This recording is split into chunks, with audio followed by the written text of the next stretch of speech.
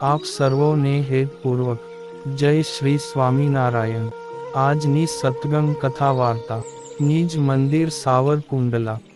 આજની સત્સંગ વાર્તામાં આપણે ગુરુ શિષ્યના મિલન અંતર્ગત નીલકંઠ વર્ણીનો ગુરુદેવ રામાનંદ સ્વામી સાથેના પ્રથમ મિલનની પ્રસંગ વાર્તા સાંભળશું।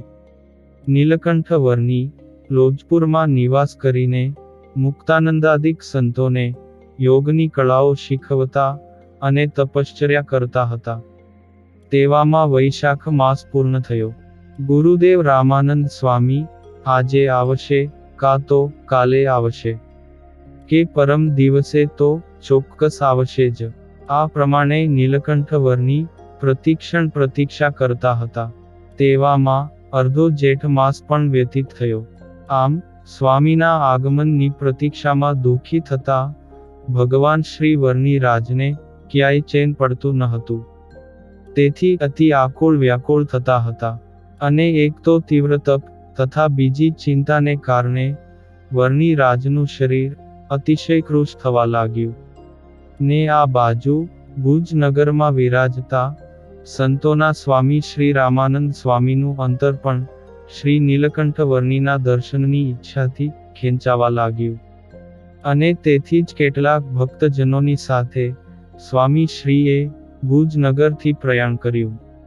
સુવર્ણ અને રત્નજડિત ઉપકરણો વાળા મોટા રથ ઉપર બિરાજમાન થયેલા ગુરુદેવ શ્રી રામાનંદ સ્વામી પોતાના દર્શનાર્થે ઉભેલા નગરવાસીઓને પોતાની કરુણામય દ્રષ્ટિથી પ્રેમવર્ષા વરસાવવા લાગ્યા।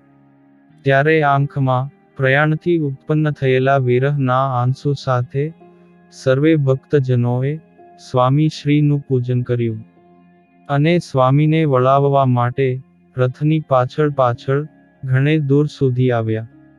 પછી સ્વામી શ્રીએ તેમને પાછા વાળ્યા અને સ્વામી શ્રી ત્યાંથી આગળ ચાલતા માર્ગને વિશે પોતાના ભક્તજનોને આનંદ ઉપજાવતા થકા પીપલાણા ગામમાં પધાર્યા।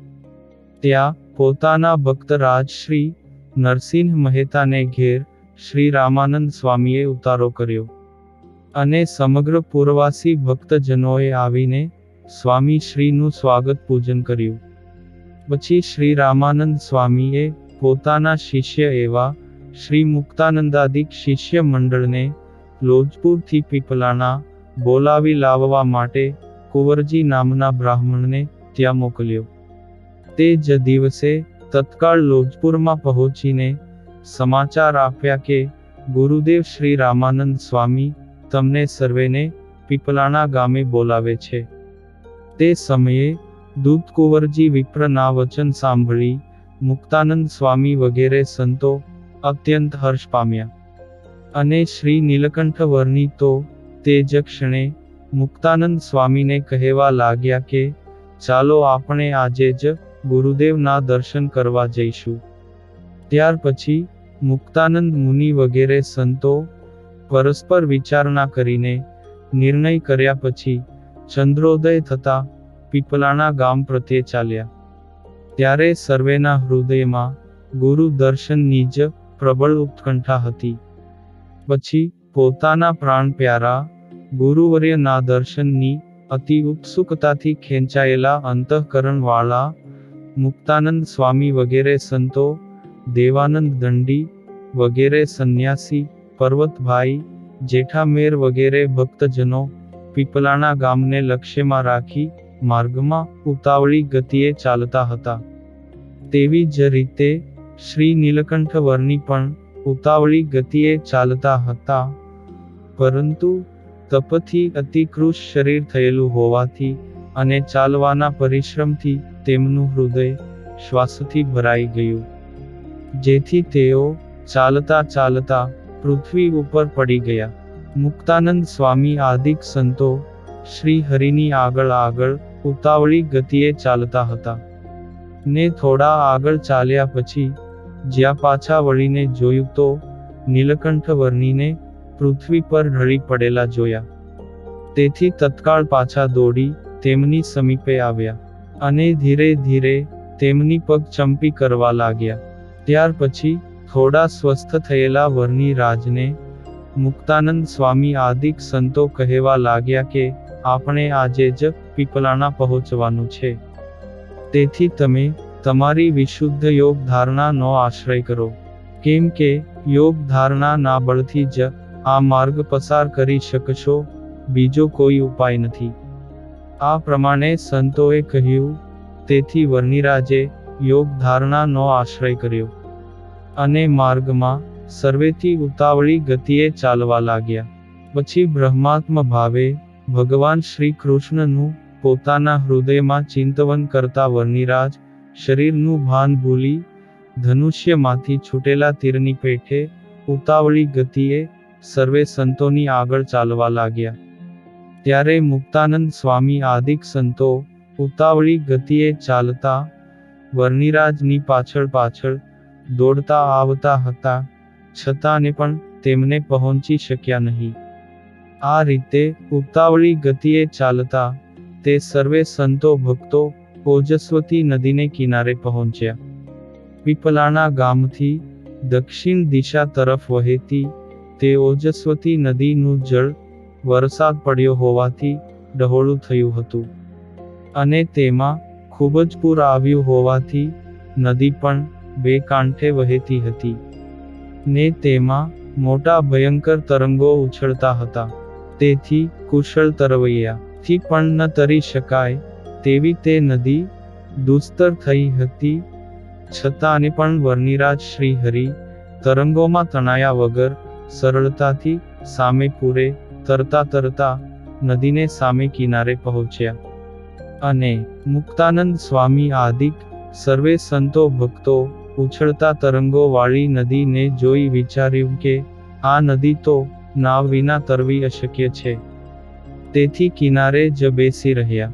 પછી લાકડાના તરાપા ઉપર બેસીને મહાપરિશ્રમથી તે ઓજસ્વતી નદીને પાર કરી સામે કિનારે બેઠેલા નીલકંઠ વર્ણિની પાસે પહોંચ્યા અને સૌએ સાથે મળીને પીપલાણા ગામમાં પ્રવેશ કર્યો. પછી મુક્તાનંદ સ્વામી અને નીલકંઠ વર્ણિ આદિક સર્વે સંતો તથા ભક્તોએ સંવત 1856 જેઠવદ એકાદશીના દિવસે મધ્યાહન પહેલા નરસિંહ મહેતાના ભુવનમાં બિરાજતા સદ્ગુરુ શ્રી રામાનંદ સ્વામીના દર્શન કર્યા. ગુરુવર્ય શ્રી રામાનંદ સ્વામી શરીરે ગૌરવર્ણના અને પુષ્ટ મૂર્તિ હતા અને તેમણે શ્વેત વસ્ત્રો ધારણ કર્યા હતા. તેમનું રમણીય સુંદર મુખકમળ અને જાનુ પર્યંત લાંબી બંને ભુજાઓ શોભી રહી હતી ને ખીલેલા કમળની પાંખડી સમાન સુંદર નેત્રો અને મંદ મંદ મુખ હાસ્યથી મનને હરતા હતા. પોતાના ભક્તજનોના સમૂહો ચંદન અને પુષ્પોહાર વગેરે પૂજાના દ્રવ્યોથી પ્રેમપૂર્વક તેમનું પૂજન કરતા હતા. તેઓ વિશાળ સભાખંડમાં દિવ્ય સિંહાસન ઉપર બિરાજમાન થયા હતા અને પોતાના ભક્તજનોને આનંદ ઉપજાવતા હતા. એવા પરમ સુખના સિંધુ શ્રી રામાનંદ સ્વામીના ચરણોમાં મુક્તાનંદ મુનિ આદિક સર્વે સંતો અને ભક્તજનો શ્રી રામાનંદ સ્વામી વર્ણિરાજ શ્રી નીલકંઠ બ્રહ્મચારીને જોતાની સાથે જ જ્યારે આસન ઉપરથી ઊભા થવા ગયા ત્યાં તો મુનિવર શ્રી નીલકંઠ વર્ણિ ઘણા દંડવત પ્રણામ કરવા લાગ્યા. ત્યારે રામાનંદ સ્વામી બંને હાથે વર્ણિને ઊભા કરીને અતિ ગાઢ હેતથી ભેટી પડ્યા અને હર્ષપૂર્વક પોતાની સમીપે બેસાડ્યા. પછી દંડવત પ્રણામ કરી રહેલા મુક્તાનંદ સ્વામી આદિક સર્વેને યથાયોગ્ય સન્માન આપી બેસાડ્યા.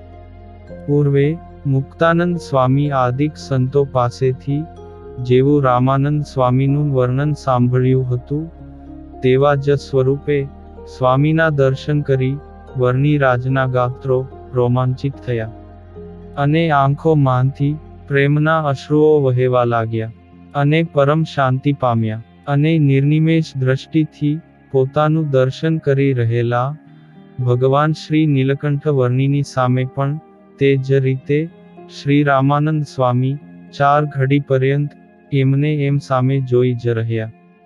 શ્રી રામાનંદ સ્વામીના મુખારવિંદની સામે દ્રષ્ટિ કરતા પ્રથમ ક્ષણે જ દેહભાન ભૂલેલા પ્રેમાતુર શ્રી નીલકંઠ વર્ણી થોડીવાર પછી જ્યારે સ્વસ્થ થયા ત્યારે શ્રી રામાનંદ સ્વામી તેમને યથાયોગ્ય કુશળ સમાચાર પૂછવા લાગ્યા.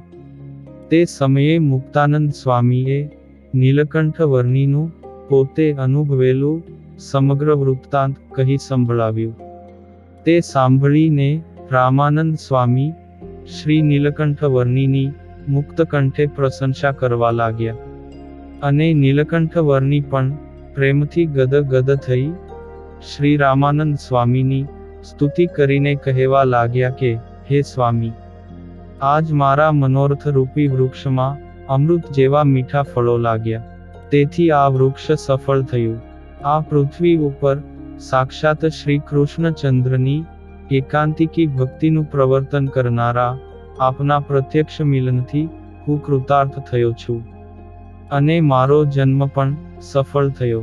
તે સમયે અતિશય પ્રસન્ન થયેલા ગુરુદેવ શ્રી રામાનંદ સ્વામી શ્રી નીલકંઠ વર્ણી અને સર્વ સંત ભક્ત વૃંદનો યથાયોગ્ય આતિથ્ય સત્કાર, સુંદર ફળો અને દૂધ વગેરેથી ફલાહાર કરાવતા હતા.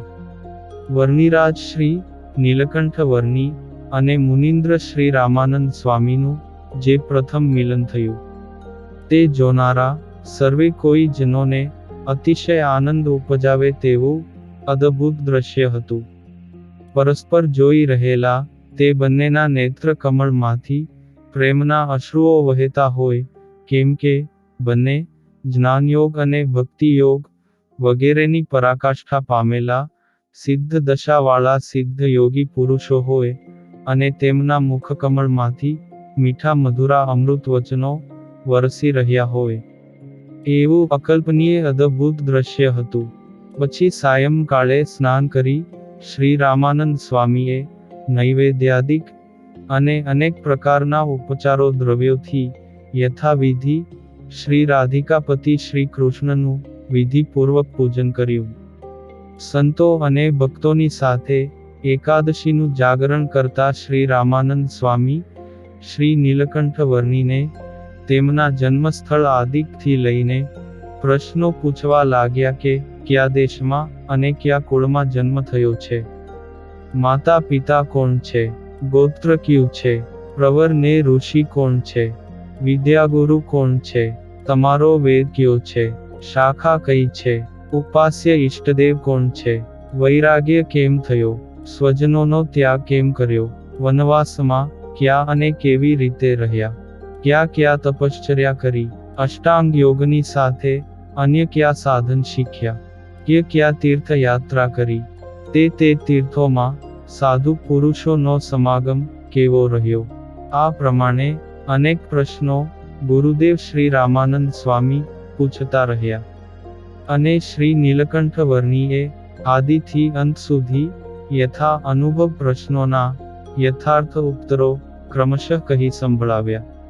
ત્યારે વિસ્તારપૂર્વક શ્રી નીલકંઠ વર્ણીનું જન્મ વૃત્તાંત સાંભળી શ્રી રામાનંદ સ્વામી અત્યંત પ્રસન્ન થયા અને કહેવા લાગ્યા કે, હે વર્ણિરાજ, મારા શિષ્ય ધર્મદેવના તમે પુત્ર હોવાથી તમે પણ અમારા જ થયા.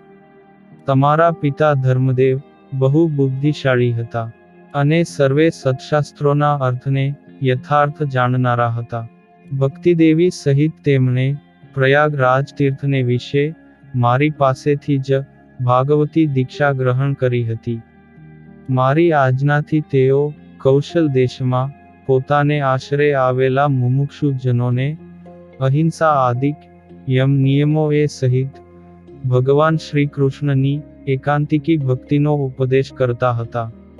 મહાતપસ્વી એવા તમે તો ગુણે કરીને તમારા પિતા થકી પણ અધિક છો.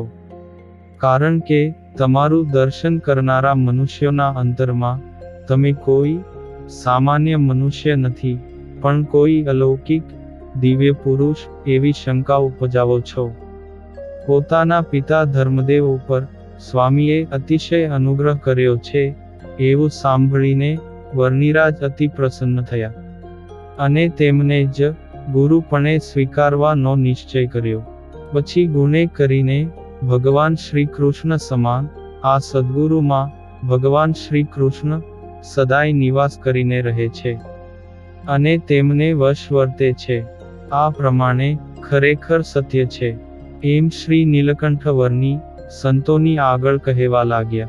ત્યાર પછી પોતાની પાસે જ રહેવાનો દ્રઢ નિશ્ચય કરી ચૂકેલા વર્ણિરાજ શ્રી નીલકંઠ વર્ણીને ઈશ્વર મૂર્તિ ગુરુવર્ય શ્રી રામાનંદ સ્વામીએ અતિ પ્રસન્ન થઈ આદર સત્કાર કર્યો અને શ્રી નીલકંઠ વર્ણી રામાનંદ સ્વામીની સાથે જ નિવાસ કરીને રહેવા લાગ્યા. આવી રીતે આપણે પ્રગટ પ્રભુ શ્રી હરિ, નીલકંઠ વર્ણી અને ઉદ્ધવાવતાર શ્રી રામાનંદ સ્વામીનું ગામ પીપલાણા મુકામે પ્રથમ મિલન થયું તેની પ્રસંગ વાર્તા સાંભળી. અને હવે પછીની કથા વાર્તા આપણે આગળના ભાગમાં સાંભળશું. અત્યારે આપ સર્વોને ભાવથી જય શ્રી સ્વામિનારાયણ.